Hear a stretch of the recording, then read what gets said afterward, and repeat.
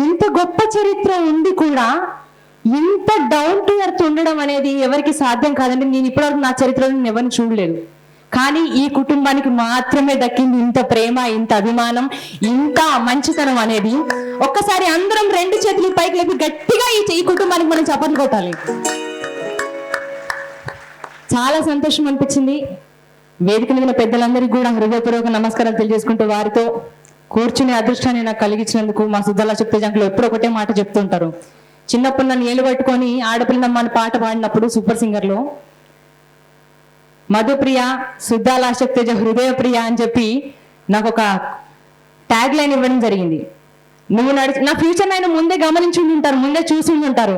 నాకు రోజుకొకసారైనా గుర్తుకొస్తుంటారు. ఎందుకంటే నువ్వు వెళ్ళే దారిలో, నువ్వు నడిచే దారిలో ఎన్నో బాధలు వస్తుంటాయి, ఎన్నో కష్టాలు వస్తుంటాయి. నిన్ను ఎంతో మంది లాగాలని చూస్తారు, నిన్ను ఎంతో మంది ఇబ్బంది పెట్టాలని చూస్తుంటారు.